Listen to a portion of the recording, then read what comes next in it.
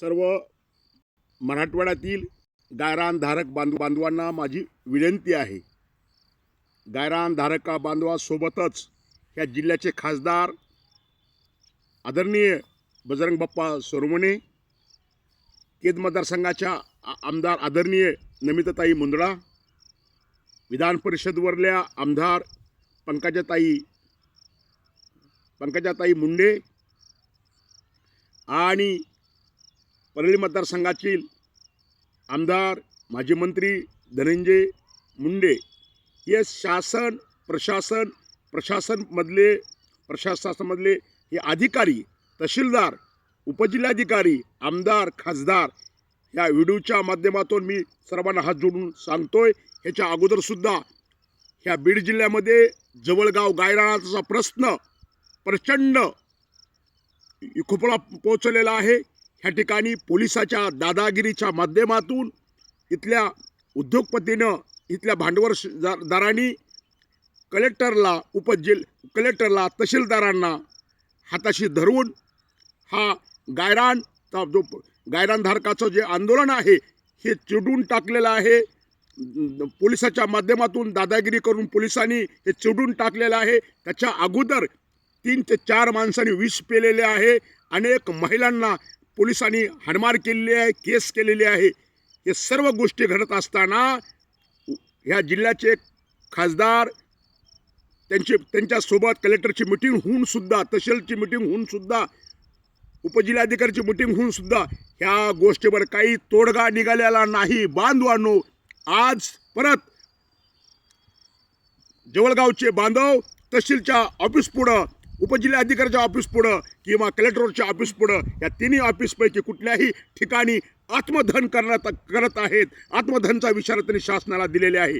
एवढं करून सुद्धा ह्या गेलेती कातडी पांघरलेलं इथलं शासन प्रशासन या गायरानधारकाच्या न्याय हक्कासाठी कुठलीच तडजोड, कुठलीच कारवाई करायला तयार नाही. इथलं सरकार, इथलं प्रशासन, इथले आमदार, खासदार हे सर्व भांडवलदाराच्या बाजूनं आहेत.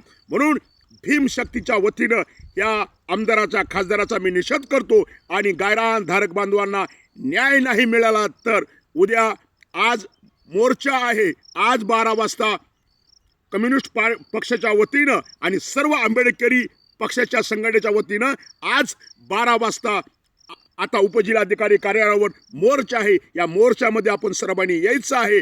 आणि ह्या ठिकाणी भीमशक्तीच्या वतीनं आंबेडकरी समूहाच्या सर्व सैनिकांना, भीमसैनिकांना, संघटनेच्या पक्षाच्या सर्व बांधवांना विनंती हात जोडून करतो. उद्याच्या जवळगावच्या आंदोलनामध्ये सर्वांनी सामील व्हायचं आहे. आणि जे गायरानधारकाचं 35-40 वर्षाचं अतिक्रमण इथल्या कंपनीनं, इथल्या गंगामाऊली नावाच्या कंपनीनं आणि पोलिसाच्या दादागिरीनं हे गायरानातला पोझिशन मोडून त्या ठिकाणी त्यांनी प्रोजेक्ट आणायचं काम त्या ठिकाणी केलेलं आहे. ते उद्याचं आपल्याला तिथलं हे त्यांचं पोझिशन हटवण्यासाठी उकडफेक आंदोलन करायचं आहे. तरी बांधवांनो, तुम्ही सर्वांनी ह्या उकडफेक आंदोलनामध्ये सर्वांनी सामील व्हायचं आहे. आता 12 वाजता आता उपजिल्हाधिकाऱ्यावर कार्यालयावर जनसुरक्षा विधेयक वापस घेतलं पाहिजे आणि गायरानधारक बांधवांना न्याय मिळाला पाहिजे. या 2 मागण्यासाठी आता 12 वाजता आंदोलन आहे. तरी आपण सर्वांनी हे आंदोलनामध्ये सामील व्हायचं आहे आजच्या पण. आणि उद्याच्या उकडफेक आंदोलनात सुद्धा सर्व भीमसैनिकांनी, सर्व पुरोगामी संघटनेच्या पदाधिकाऱ्यांनी उपस्थित राहायचं आहे. गायरानधारक बांधवांनो, तुम्हाला वाटत असेल आज जवळगावचा प्रश्न आहे, आमच्या धारूर तालुक्यामधलं काही नाही, आमच्या केज तालुक्यामध्ये काही नाही, गेवराई तालुक्यामध्ये आमच्या काही नाही, आमच्या परळीमध्ये काही नाही, आमच्या आष्टीमध्ये नाही, आमच्या पाटोद्यामध्ये नाही, असं तुम्ही गप बसून चालणार नाही. उद्याच्या तमाम उकडफेक आंदोलनाला, जवळगावच्या आंदोलनामध्ये सर्व बीड जिल्ह्यातले गायरानधारक बांधवांनी आणि सर्व भीम अनुयायांनी, भीमशक्तीच्या सर्व बांधवांनी या उद्याच्या उकडफेक आंदोलनासाठी आपण सर्वांनी यावं. एवढं बोलतो आणि थांबतो. बांधवानं, तुम्हाला पुन्हा सांगतो, आता जर जागे नाही झाला तर तुमच्या माझ्या डोळ्यात देखत एक गायरान गावागावात माझ्या डोळ्यात देखत जाणार आहे. म्हणून सर्वांनी जागे व्हावं. आणि उद्याच्या उकडफेक आंदोलनाला आम्ही आंदोलन होणार आहे.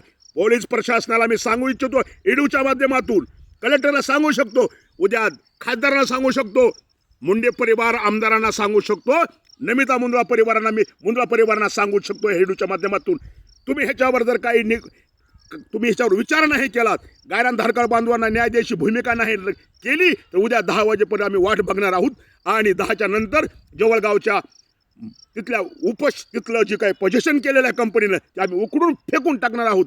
एवढं आपण लक्षात घ्यावं. एवढं बोलतो, थांबतो. जय भीम, जय संविधान.